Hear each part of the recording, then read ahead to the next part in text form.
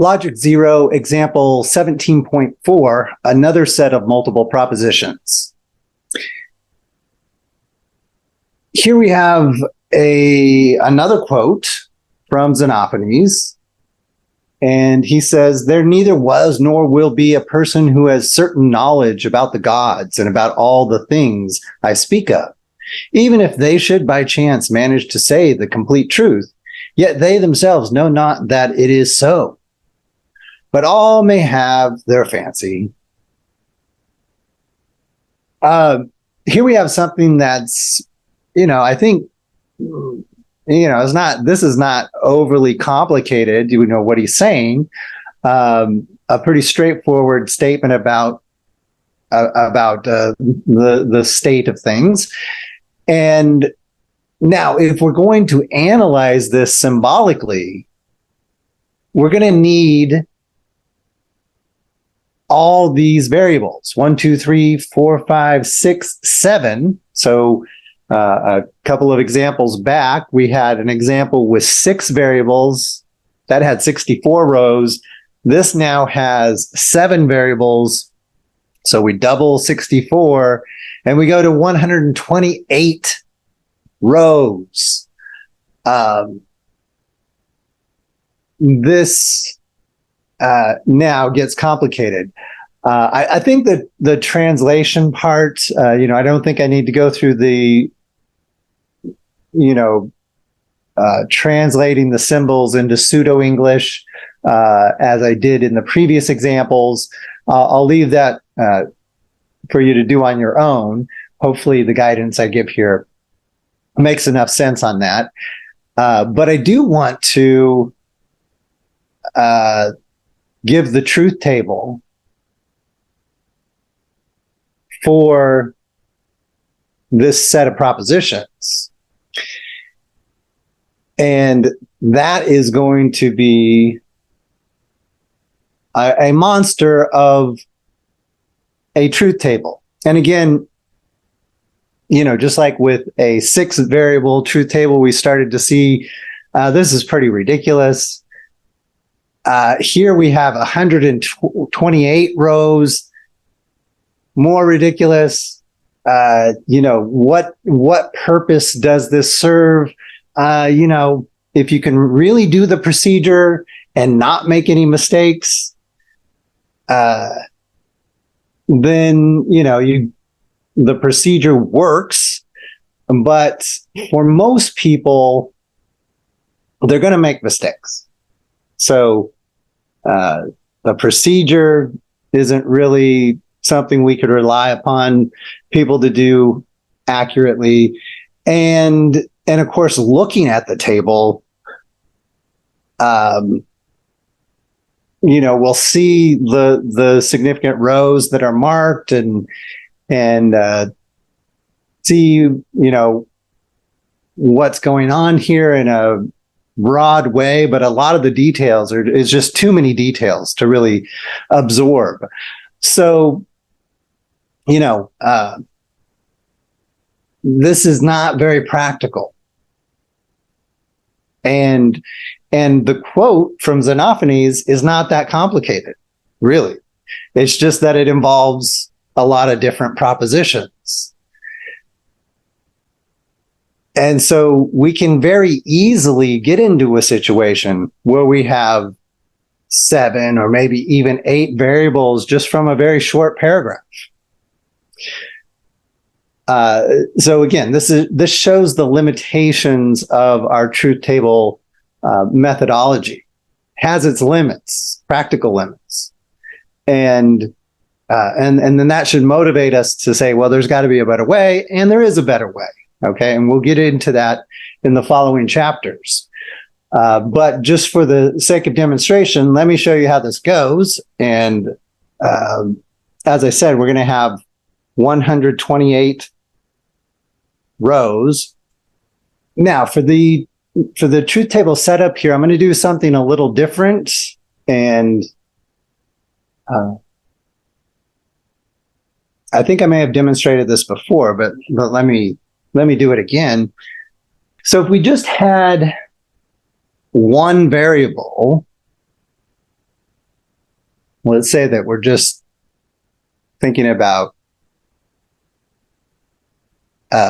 this j as one variable, we could have true or false. And then if we have two variables, we can copy this and then do half of these as true and half of these as false. And we've seen this pattern quite frequently. You know, it's in our lookup table. And then we could just do the same thing again. We can copy this and then paste it right below, and then do half of these as true and half of them as false. And we've seen that with an 8-row truth table. Okay. Do it again. So we'll go down to this next line, and then we're going to do half of these as true. In this next column to the left, and half is false.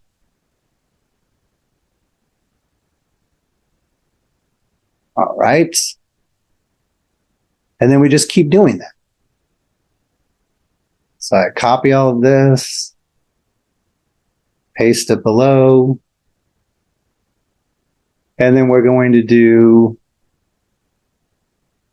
half of these as true.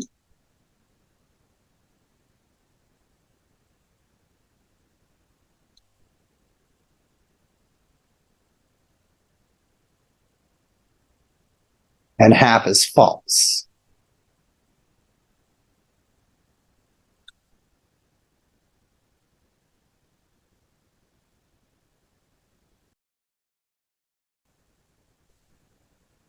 All right, so we're going to take these now 32 rows. That would be for 5 variables. We're going to copy that.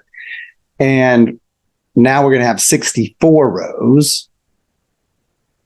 And the first half of that, for the next variable to the left,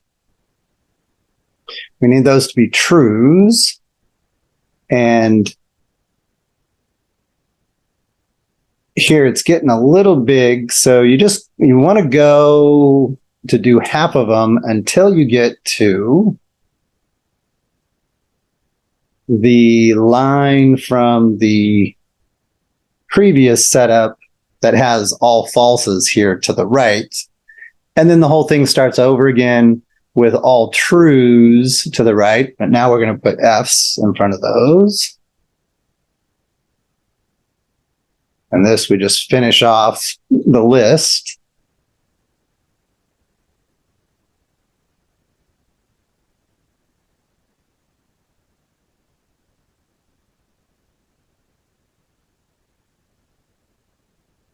All right. And then copy it again.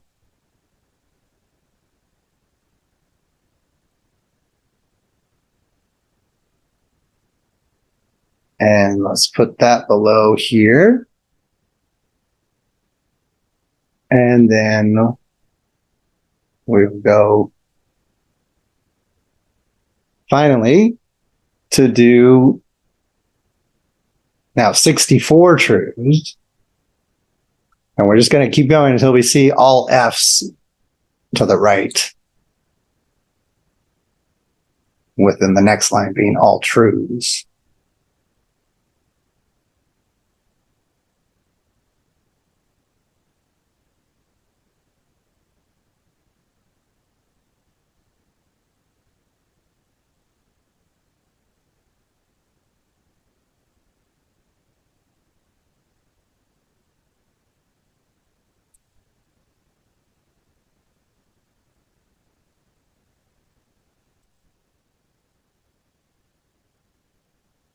All right, so here we have all F's to the right, and the next row is all trues to the right. Now we're going to do false, down the rest of the list.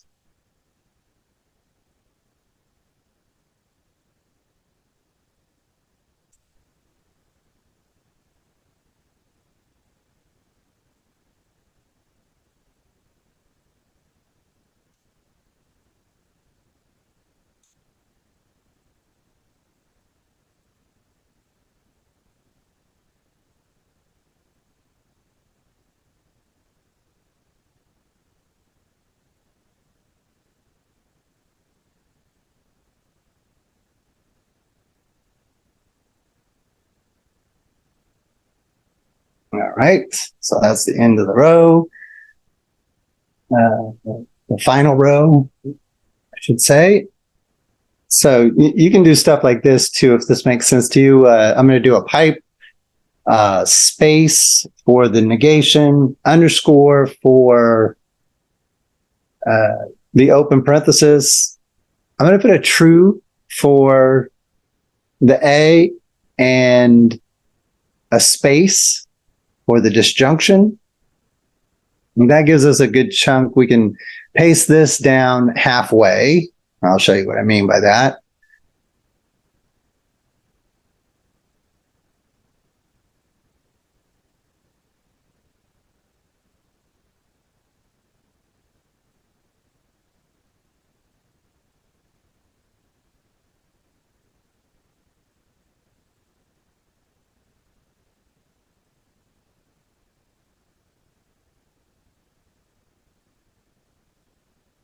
All right. And then here, this is the halfway mark. I'm going to switch over to false.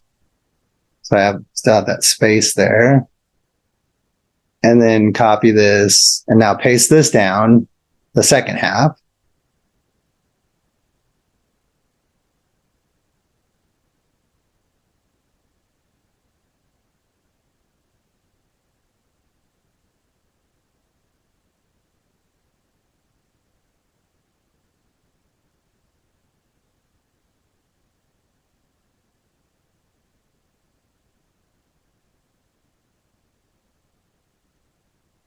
Okay.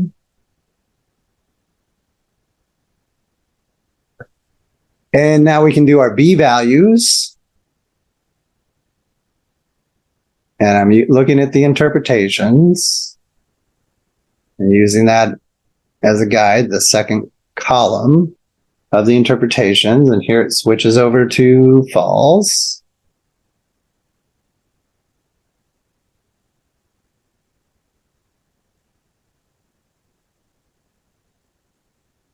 And here it switches over to, whoops, true.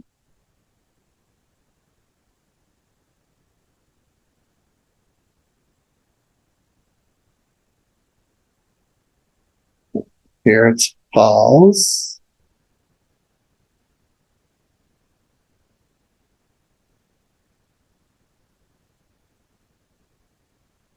All right.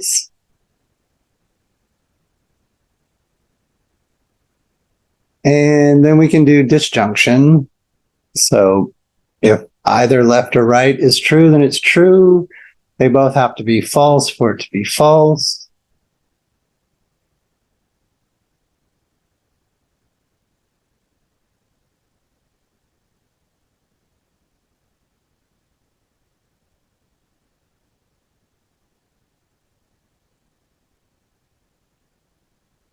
Whoop. No, that's true. Okay. Doing disjunction. Got to remember what we're doing. I almost forgot because we're so far down this list.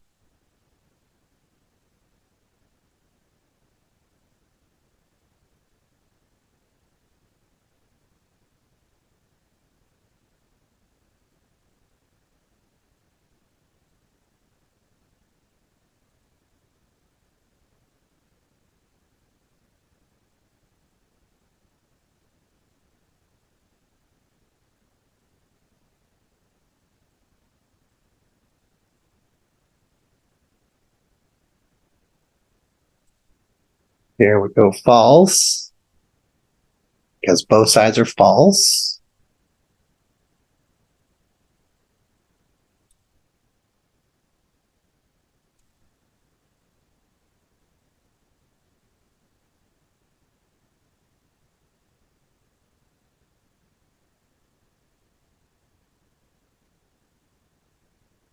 Okay. And now we're going to negate that. So what we just finished is being negated by this because it covers the entire parentheses with disjunction being dominant within the parentheses. So we're taking this and negating it. And we're going to have falses most of the way down until we get to that last section of the rows.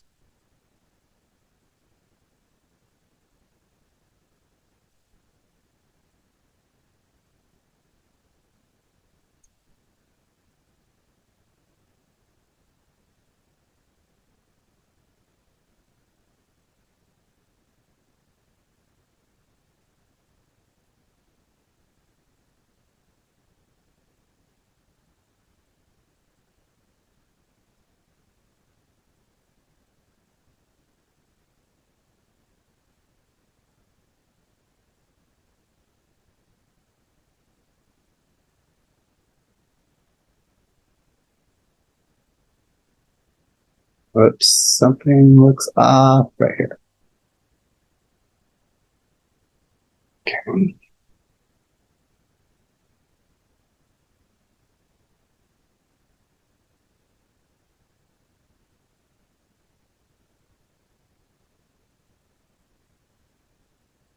Whoops, and here it switches. So here our false becomes true.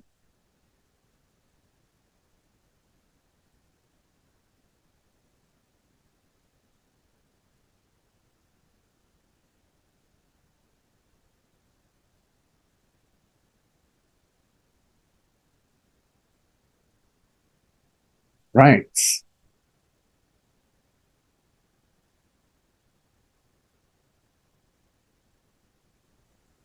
All right, let's double check that to make sure everything looks consistent. No, this should have an underscore.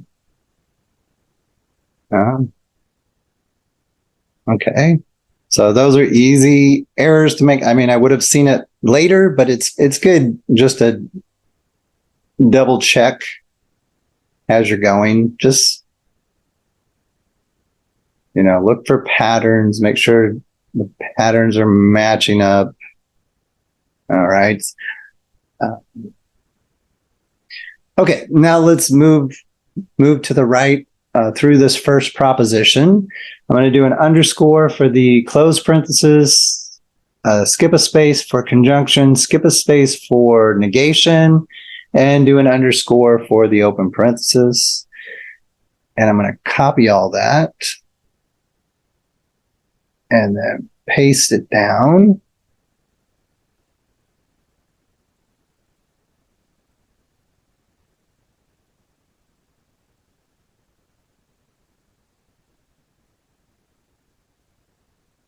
Whoa.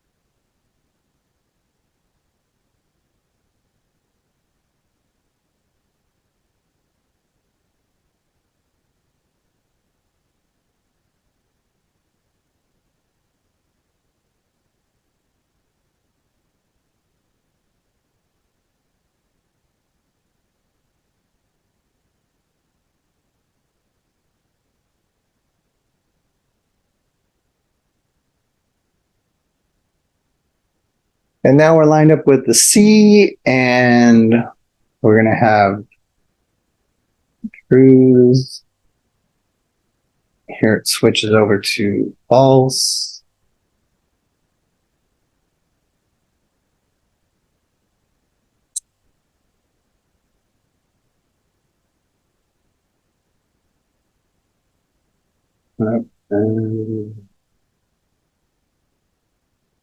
True, false.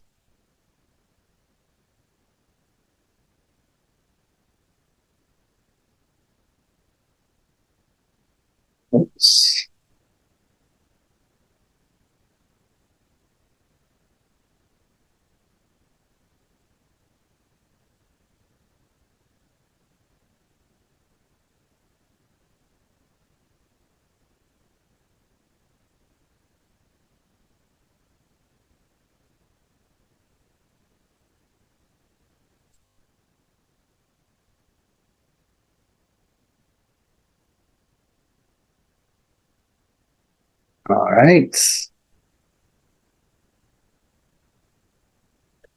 Now the disjunction gets a space.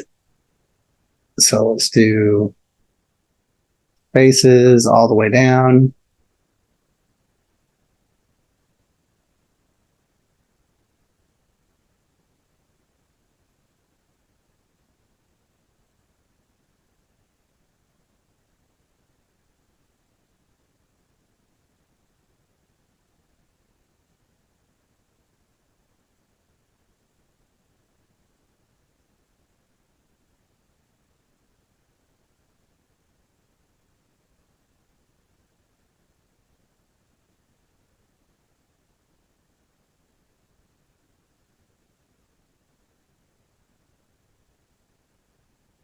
All right. And let's see. D is going to be true. There's the false.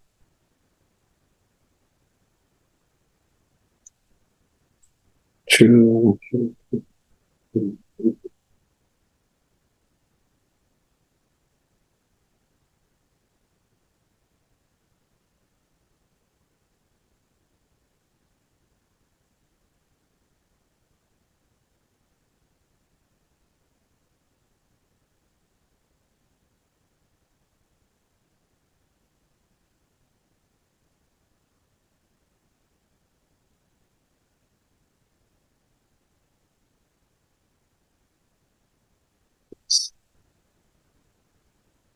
Two, three, four. 1, 2, 3, 4.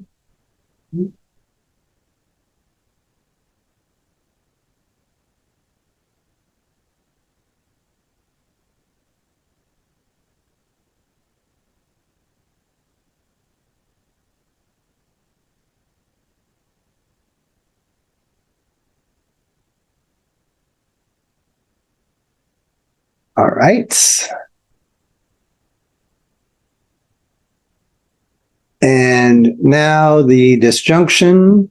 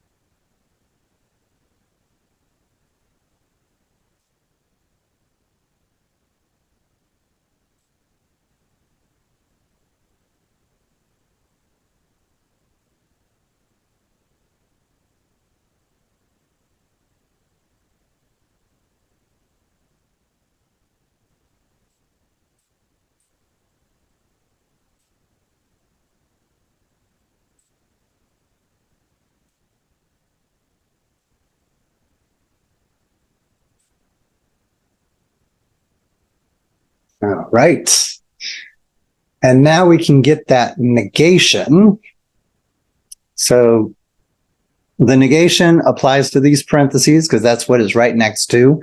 And so we're negating the disjunction. So we're just flipping it.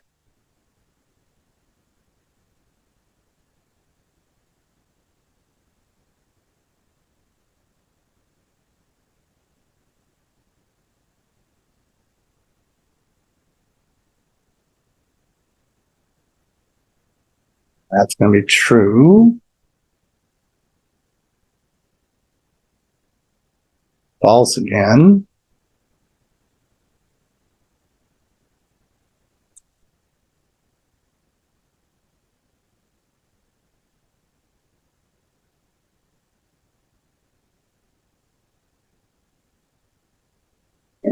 true,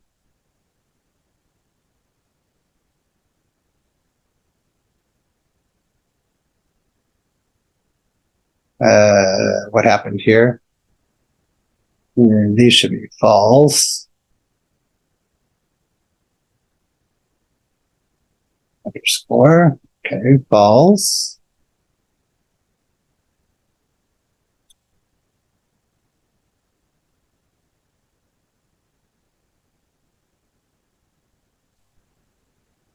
Here's true. This is false, but with an underscore. Okay, true and true.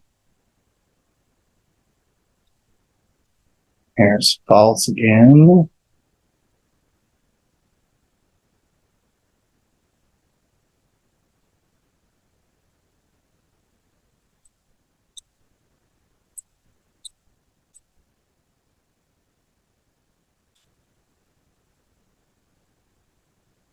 To true. Right. Now we can do the dominant operation for this first entire proposition. So with conjunction, the left has to be true and the right true. Over here on the left, negation is our dominant operation. So we're looking here on the left. And on the right, negation is also our dominant operation. So like in this first interpretation, we're looking at false, false. And we're going to get capital letters here. So if either of them is false, then it's false. And it's only true when both left and right are true.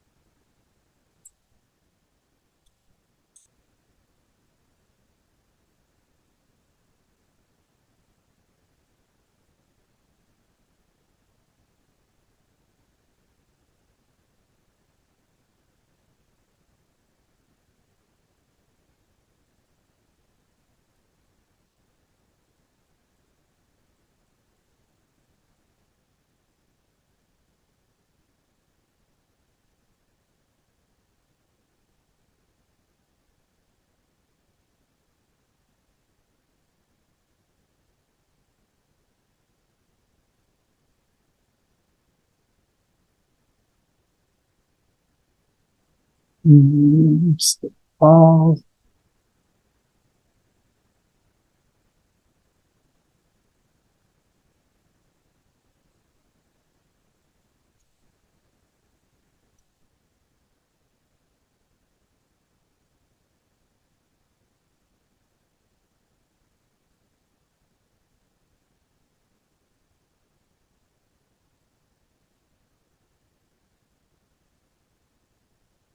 And here we get a true. Okay, another true. All right, so this bottom this bottom section has some trues. Okay. All right, and so we can do underscores for the parentheses and comma. And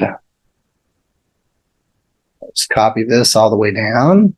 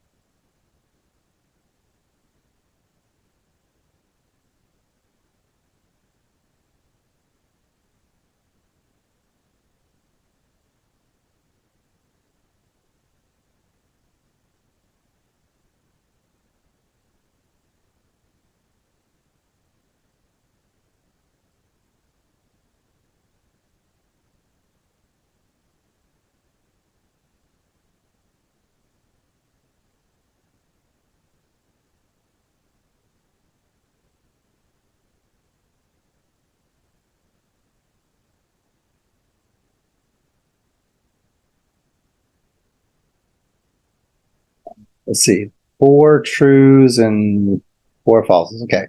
So for G, let's do 1, 2, 3, 4. So back and forth. And just make sure you're checking the interpretations to the left so that you don't get off.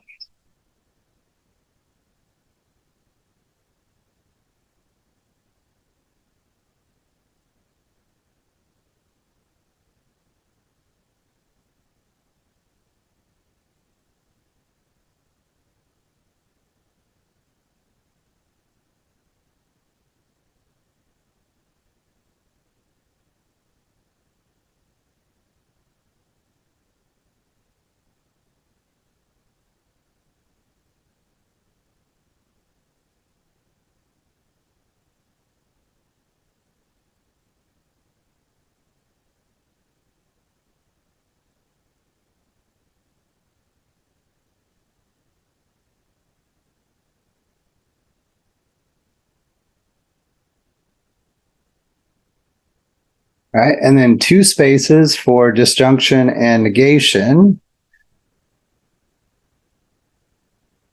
And copy that all the way down.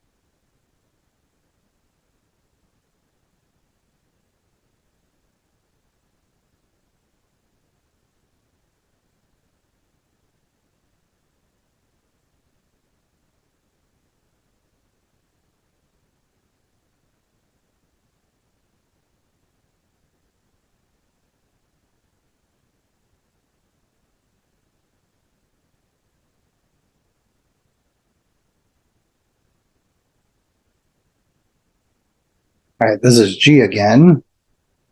So we can just actually look at these values. Just make sure you're matching that. Oops.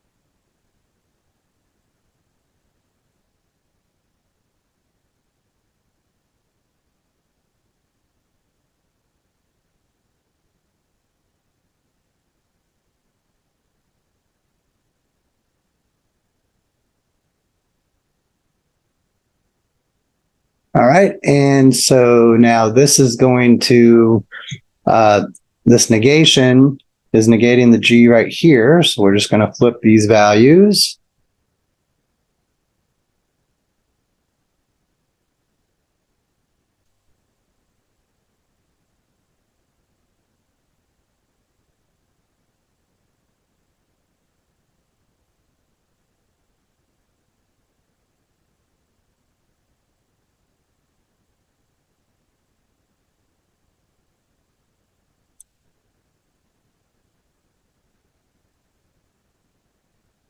Mm-mm-mm.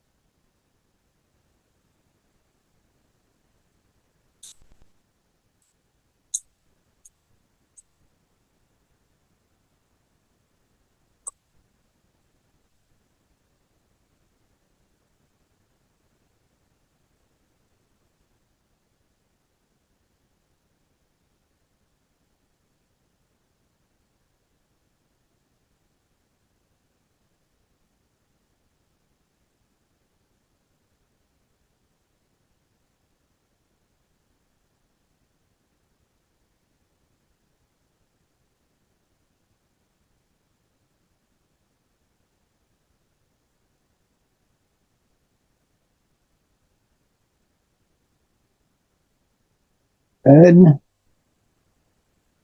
And now inside of these parentheses, we have this disjunction. If either the left or the right is true, on the left we have G, and on the right we have this negation of G. These are always going to be mismatched. One is going to be true and one is going to be false. And since one is going to be true, we're going to get trues all the way down this column.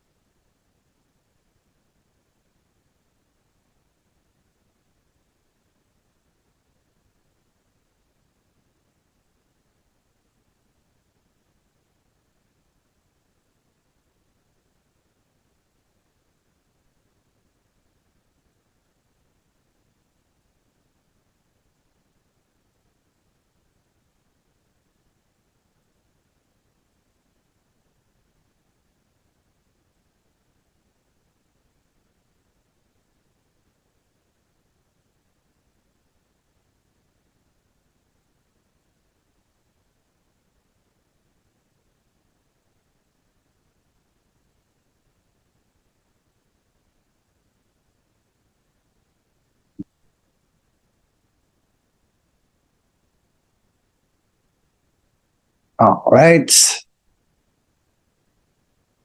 So what's in parentheses here?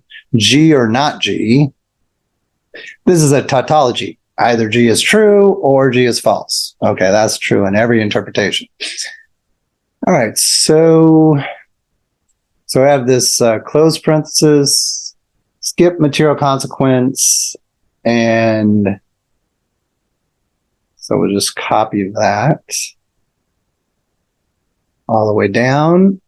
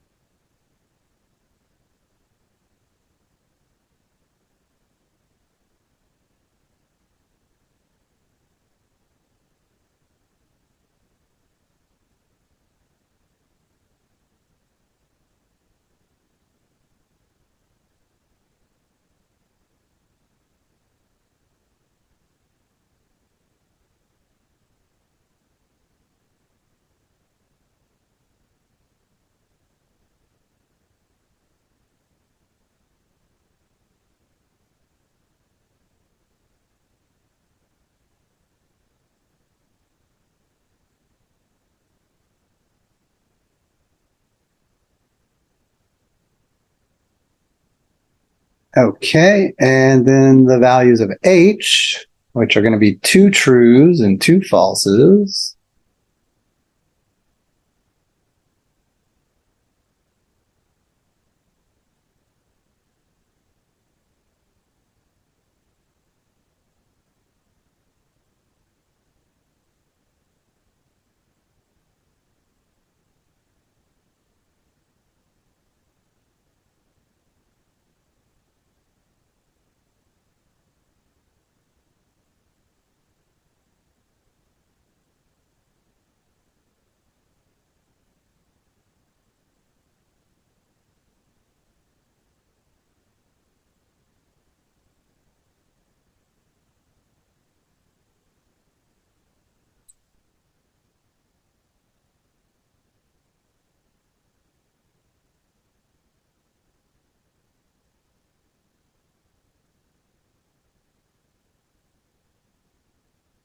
Right. Looks good. And now we can do the dominant operation here, which is material consequence. And on the left, we know that we have all trues.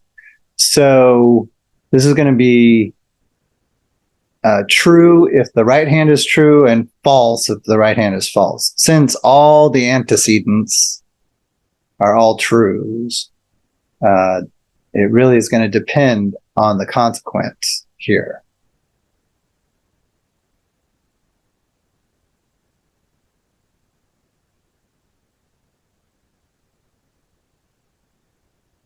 So it's going to be two trues and two falses.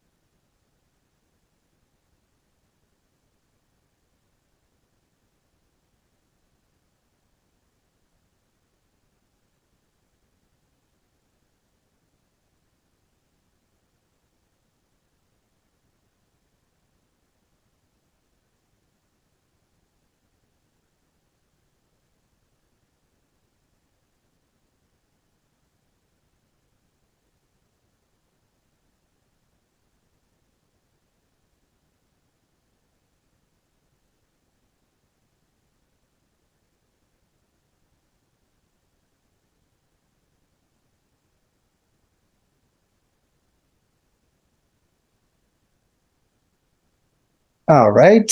And now we have underscore for the comma all the way down.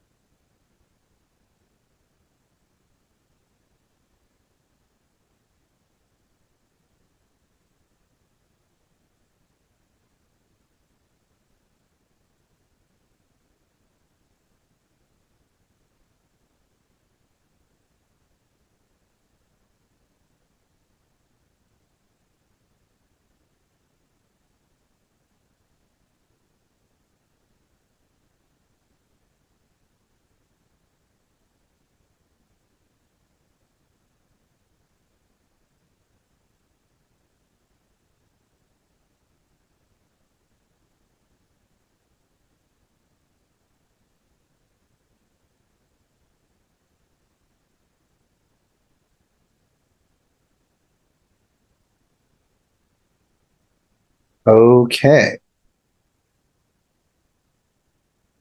And then for J, this is going to be capital letters because it's the only thing in the statement is just this atomic proposition.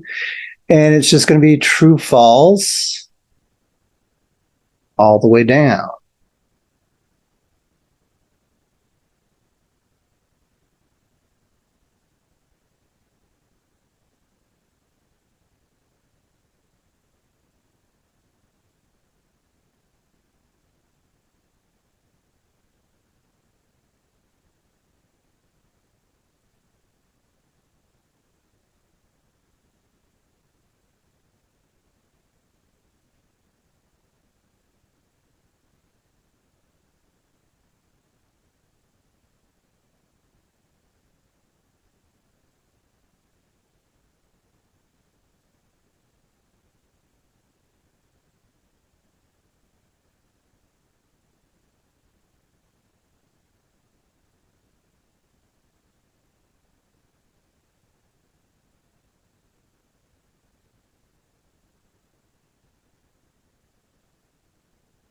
I'm just double checking on the way back up. So just make sure I didn't get any doubles in there. Okay, looks good. Now we're going to look to see, do we have proof of consistency? Not in this first interpretation, not in the second. So all these where the first proposition is false, we're just going to, that is not proof of consistency. And we know that when we're working on that first proposition, it was false pretty much all the way down until like the last 4 to 8 rows. So if we have proof of consistency, it's going to be down there.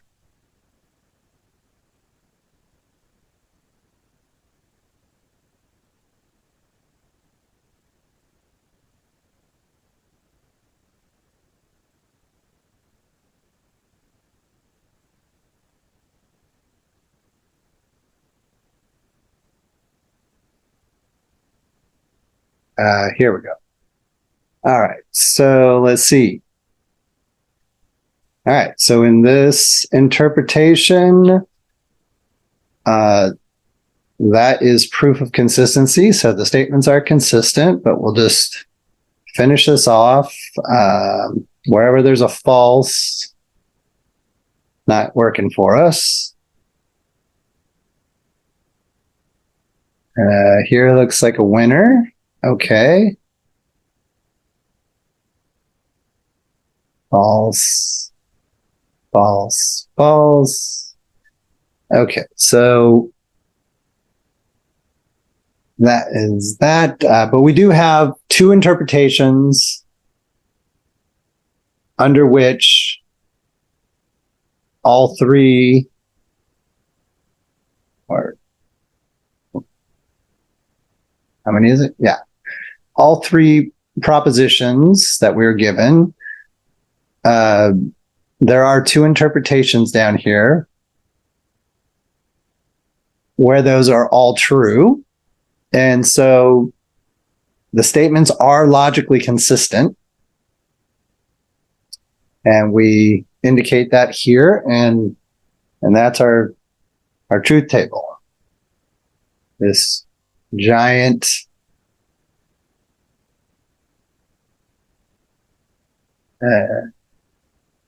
monstrosity here.